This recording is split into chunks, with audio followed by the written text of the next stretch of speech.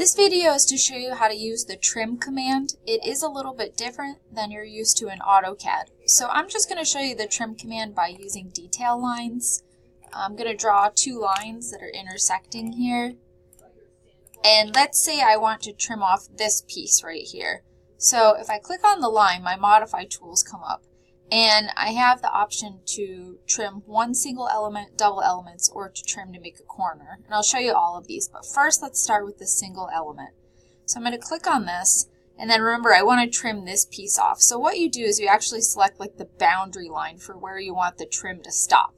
So I'm going to select this point, and then I select the line I want to keep, not what I want to get rid of. So, and then that removes the piece that I wanted to remove. So it's a little bit backwards. Let's try it again with let's do two lines.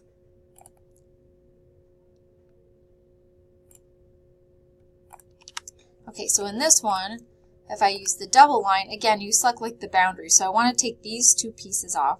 So I need my line to stop at this point.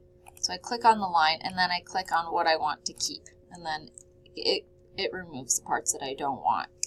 So you're going to need to practice this probably several times to be able to get a hang of it, because it is a little bit different than what you're used to. I'll try it in another direction just so you can see it. Okay, so now let's say I want to remove this bottom part down here. So I'm going to click on the line to get my modify tools, click on the trim extend tool, click my boundary, and then click on what I want to keep. So I wanted to keep this part here, and I wanted to remove that part. What if I want to remove this part in the middle? How do I do that? Well, to do that, you have to actually use the split tool. So I'm going to split, and it's like a little knife that comes up, and it puts a little split line right in between these two lines. So now there are two separate lines instead of one single line.